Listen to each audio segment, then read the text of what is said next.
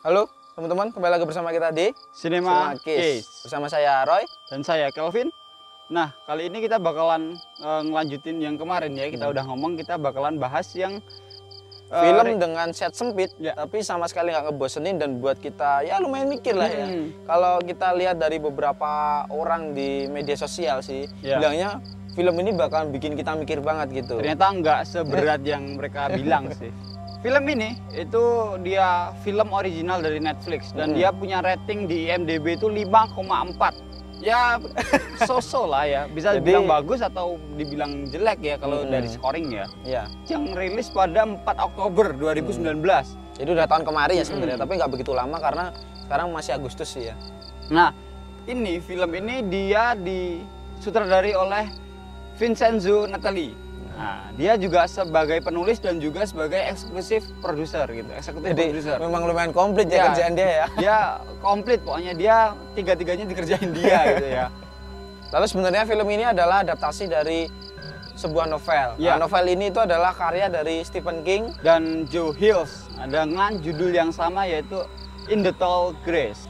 Dan lagi sebenarnya kita juga belum baca sih novel ini. Karena ini sebenarnya novel tahun 2012 memang belum terlalu lama, tapi karena kita bukan pecinta novel, tapi kita sukanya tuh nonton film visual gitu ya. Jadi memang kita nggak baca novelnya, tapi kita masih belum tahu ya. Kita bakalan cari tahu apakah lebih baik novelnya atau lebih bagus di filmnya.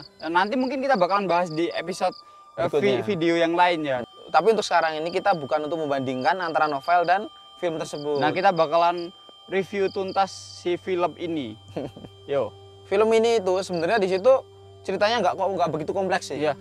Jadi film ini cuma bercerita tentang kakak beradik bernama Becky dan Kel yang dia masuk ke sebuah ladang gitu ya, ladang rumput untuk menyelamatkan seorang anak bernama Tobin.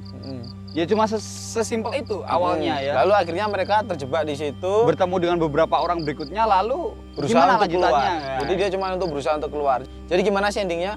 Kalau buat yang penasaran banget gimana endingnya, itu juga sebenarnya walaupun kita kasih tahu gini, lebih afdal lagi kalau tetap harus lihat ya, harus nonton sih. Ya.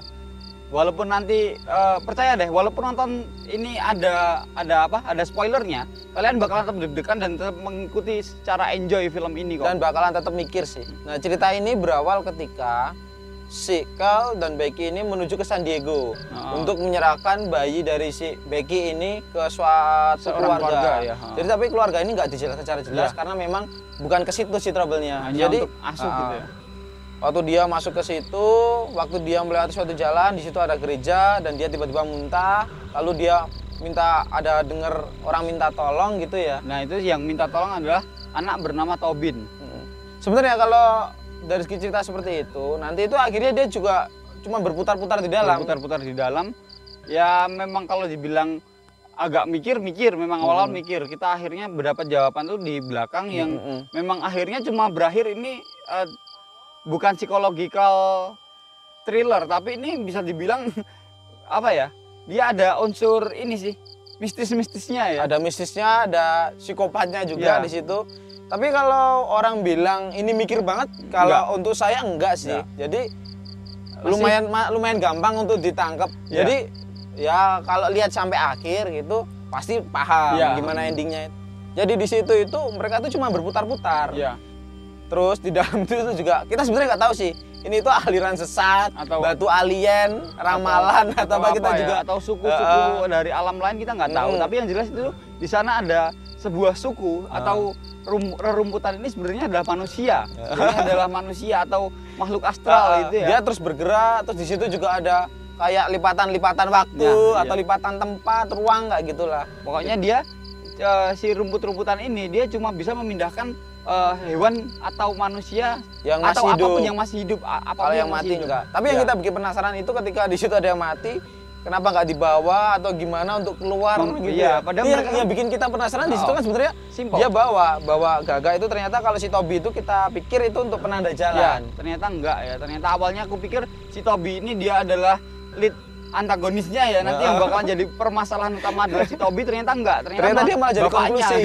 Ya, si Toby ini malah jadi konklusi. Nah, si bapaknya ini adalah namanya Ross. Nah, si Ross ini waktu dia tersesat gitu menemukan batu lalu dia menyentuhnya tanpa sengaja atau tidak tahu gitu ya. Nah, ternyata ketika dia menyentuh itu dia semacam membuat kontrak gitu. Ya, membuat kontrak dengan sekte itu. Dengan ya. sekte atau mistis itulah gitu yang manusia rumput itu.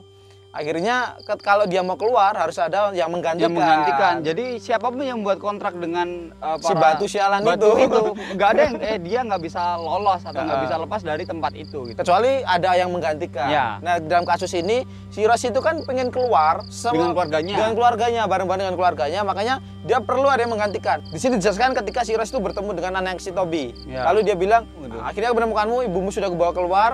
Sekarang tinggal kamu, lalu dia menyuruh si Travis ini untuk menyentuh batu. Ya. Nah awalnya kita nggak paham kenapa dia menyuruh si Travis menyentuh batu, tapi setelah kita lihat sampai akhir ternyata si Travis itu dia peralat untuk menggantikan si posisinya si Rose ini agar dia mengikat kontrak dengan si batu ini dan si Rose, Tobin dan istrinya Natalie dia bisa lolos dari tempat itu gitu. Tapi ternyata si Travis, Kel dan Becky ini nggak terlanjur tidak percaya, jadi dia nggak mau nyentuh batu itu. Nah, akhirnya dia membunuh gitu. Awalnya kita pikir ini sebenarnya kenapa sih si Ross ini bukan dia psikopat atau kenapa? Awalnya kita bingung, tapi ternyata dia cuma berusaha meloloskan diri ya dengan keluarganya.